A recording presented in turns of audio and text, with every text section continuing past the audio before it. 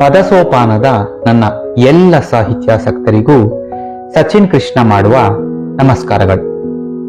ಸಾಮಾನ್ಯವಾಗಿ ಒಬ್ಬ ಮನುಷ್ಯನಾದವನು ತನಗೆ ಬೇಕಾದಂತಹ ಧನಾತ್ಮಕವಾದ ಒಂದು ಚಿತ್ರಣವನ್ನ ತನ್ನ ಬಗ್ಗೆ ಇಟ್ಕೊಂಡಿರ್ತಾನೆ.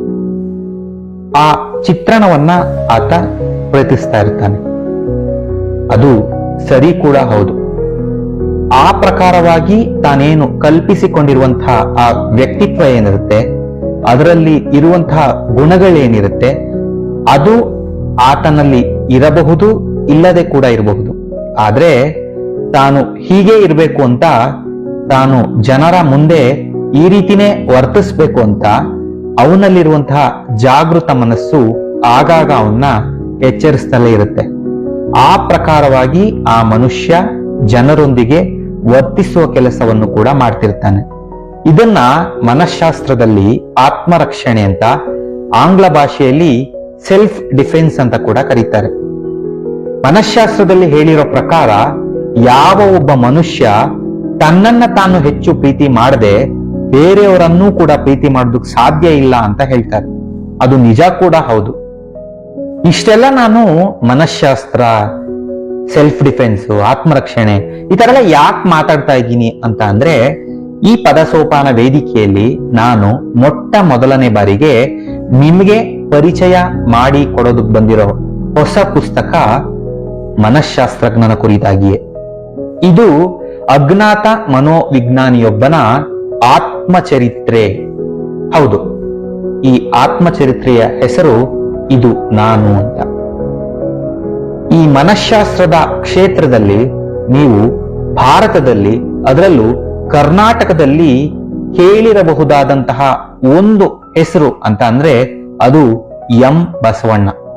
ಈಗಾಗಲೇ 10 ಮನಃಶಾಸ್ತ್ರಕ್ಕೆ ಸಂಬಂಧಿಸಿದಂತಹ ಕೃತಿಗಳನ್ನ ರಚಿಸಿರುವ ಎಂ ಬಸವಣ್ಣನವರು ತಮ್ಮ ಆತ್ಮಚರಿತ್ರೆಯಾದ ಇದು ನಾನು ಅನ್ನೋ ಒಂದು ಹೊಸ ಪುಸ್ತಕವನ್ನ ಕರ್ನಾಟಕದ ಪ್ರತಿಷ್ಠಿತ ವಿಶ್ವಾಸಾರ್ಹ ಪ್ರಕಾಶಕರು ಅಂತ ಅನ್ಸ್ಕೊಂಡಿರೋ ಅಭಿನವ ಪ್ರಕಾಶನದಿಂದ ಪ್ರಕಟಣೆ ಮಾಡಿದ್ದಾರೆ.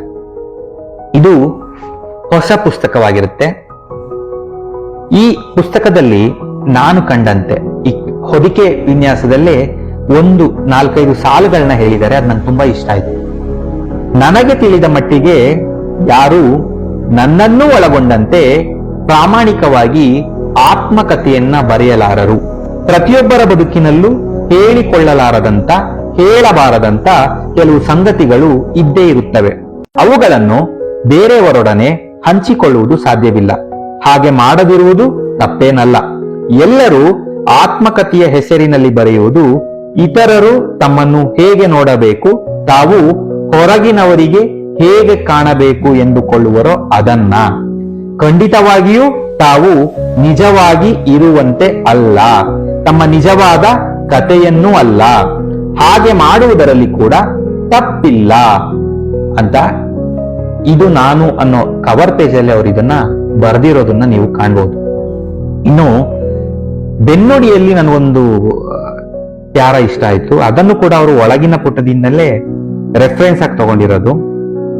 ಇಷ್ಟಾದರೂ ತಮ್ಮ ವಿಷಯವಾಗಿ ಬೇರೆ ಯಾರಿಗೂ ತಿಳಿಯದ, ತಿಳಿದಿದ್ದರೂ ಅವರಿಗೆ ಹೇಳಲು ಬರದ, ತಾವೇ ಹೇಳಬೇಕಾದ ಕೆಲವು ಸಂಗತಿಗಳು ಪ್ರತಿಯೊಬ್ಬರ ಜೀವನದಲ್ಲಿಯೂ ಇದ್ದೇ ಇರುತ್ತವೆ. ಅದನ್ನ ಹೇಳಬೇಕೆಂಬ ಒಂದು ಬಗೆಯ ತುಡಿತ ಎಲ್ಲರಲ್ಲೂ ಇರುತ್ತದೆ. ಅದು ಆತ್ಮಕಥೆಯ ರೂಪದಲ್ಲಿ ಹೊರಬರಬಹುದು.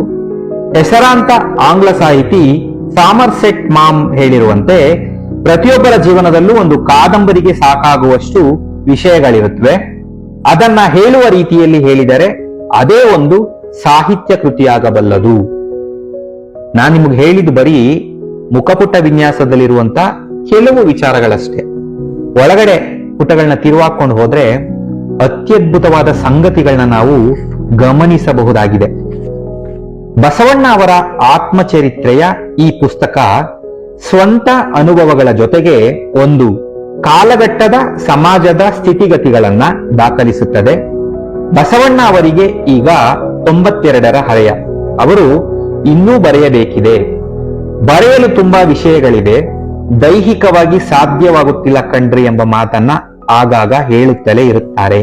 ಕೇವಲ ತಾಂತ್ರಿಕವಾಗಬಹುದಾದ ವಿಷಯವನ್ನ ತುಂಬಾ ಆತ್ಮೀಯ ಮತ್ತು ಆಕರ್ಷಣ ಶೈಲಿಯಲ್ಲಿ ಬರೆಯುವುದಕ್ಕೆ ಅವರ ಸಾಹಿತ್ಯಕ ಓದಿನ ವಿಸ್ತಾರ ಮತ್ತು ಪರಿಶ್ರಮಗಳೇ ಕಾರಣ.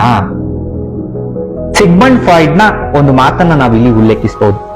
ಈ ಪುಸ್ತಕ ಓದಿ ನಾನು ಯಾರು ಎಂದು ಗೊತ್ತಾಯಿತು, ಮಾತ್ರವಲ್ಲ ಬೇರೆಯವರು ಯಾಕೆ ಹೀಗೆ ಎಂಬುದು ಸಹ ಗೊತ್ತಾಯಿತು ಅಂತ ಅವರು ತಮ್ಮ ಪುಸ್ತಕದಲ್ಲಿ ಹೇಳ್ಕೊತಾರೆ. ಅದೇ ರೀತಿ ಅವರ ಮಾತನ್ನೇ ಮುಂದುವರಿಸೋದಾದ್ರೆ, ಬಸವಣ್ಣನವರ ಆತ್ಮಕಥೆಯನ್ನು ಓದಿದ ಮೇಲೆ ಸಮಾಜ ಯಾಕೆ ಹೀಗಿದೆ ಎನ್ನುವುದಕ್ಕೂ ನಮ್ಗೆ ಕಾರಣಗಳು ಸಿಗುತ್ತವೆ ಅಂತ ನುಡಿವ ಬೆಳಗಿನಲ್ಲಿ ನಾ ರವಿಕುಮಾರ್ ಅವರು ಉಲ್ಲೇಖಿಸಿರುವುದನ್ನ ನಾನು ಇಲ್ಲಿ ನಿಮಗೆ ಓದಿ ಹೇಳಿದ್ದು. ಇನ್ನು ಬಸವಣ್ಣನವರ ಕುರಿತಾದಂತಹ ಬಹಳಷ್ಟು ವಿಚಾರಗಳನ್ನ ನಾವು ಇದು ನಾನು ಅನ್ನೋ ಕೃತಿಯಲ್ಲಿ ಕಾಣಬಹುದು. ಇದರ ಬೆಲೆ 125 ರೂಪಾಯಿ ಆಗಿರುತ್ತೆ. ಈ ಪುಸ್ತಕ ಬೇಕು ಅನ್ನೋ ಆಸಕ್ತಿ ಇರೋರು ಈಗ ಈ ಸ್ಕ್ರೀನ್ ಮೇಲೆ ಕಾಣ್ತಿರೋ ಫೋನ್ ನಂಬರ್ಗೆ ನಿಮ್ಮ ವಿಳಾಸವನ್ನ ತಿಳಿಸಿದ್ರೆ ಪ್ರಕಾಶಕರೇ ನಿಮ್ಗೆ ನೇರವಾಗಿ ಪುಸ್ತಕವನ್ನ ಕಳಿಸ್ಕೊಡ್ತಾರೆ. ಪುಸ್ತಕ ಓದುವ ಸಂಸ್ಕೃತಿ ಬೆಳೆಯಬೇಕು.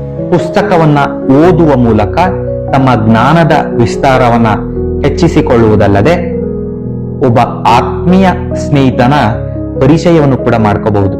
ಮತ್ತೊಮ್ಮೆ ಹೊಸ ಪುಸ್ತಕದ ಜೊತೆಗೆ ನಾನು ನಿಮ್ಮನ್ನ ಭೇಟಿಯಾಗ್ತೀನಿ. ಪದಸೋಪಾನವನ್ನ ವೀಕ್ಷಿಸುತ್ತಿರುವ ಎಲ್ಲ ನನ್ನ ಸಾಹಿತ್ಯಾಸಕ್ತರಿಗೆ ಮತ್ತೊಮ್ಮೆ ನಮಸ್ಕಾರವನ್ನ ತಿಳಿಸ್ತೀನಿ. ಸಾಧ್ಯವಾದಷ್ಟು ಈ ವಿಚಾರಗಳನ್ನ ನಿಮ್ಮ ಸ್ನೇಹಿತರಿಗೂ ಶೇರ್ ಮಾಡಿ. ನಿಮ್ಮ ಅಭಿಪ್ರಾಯಗಳನ್ನ ದಯವಿಟ್ಟು ಕಮೆಂಟ್ ಬಾಕ್ಸ್ ನಲ್ಲಿ ಹಂಚಿಕೊಳ್ಳಿ. ಪುಸ್ತಕದ ಕುರಿತಾದ ಮಾಹಿತಿ, ಪುಸ್ತಕ ಸಂಸ್ಕೃತಿಯ ಕುರಿತಾದ ಮಾಹಿತಿ, ಕನ್ನಡ ಸಾಹಿತ್ಯದ ಕುರಿತಾದ ಮಾಹಿತಿಗಾಗಿ ಪದಸೋಪಾನವನ್ನ ದಯವಿಟ್ಟು ಫಾಲೋ ಮಾಡಿ. ಸಚಿನ್ ಕೃಷ್ಣ, ಸಿಗ್ತೀನಿ ಮತ್ತೊಂದು ಪುಸ್ತಕದ ಜೊತೆಗೆ. ಧನ್ಯವಾದಗಳು.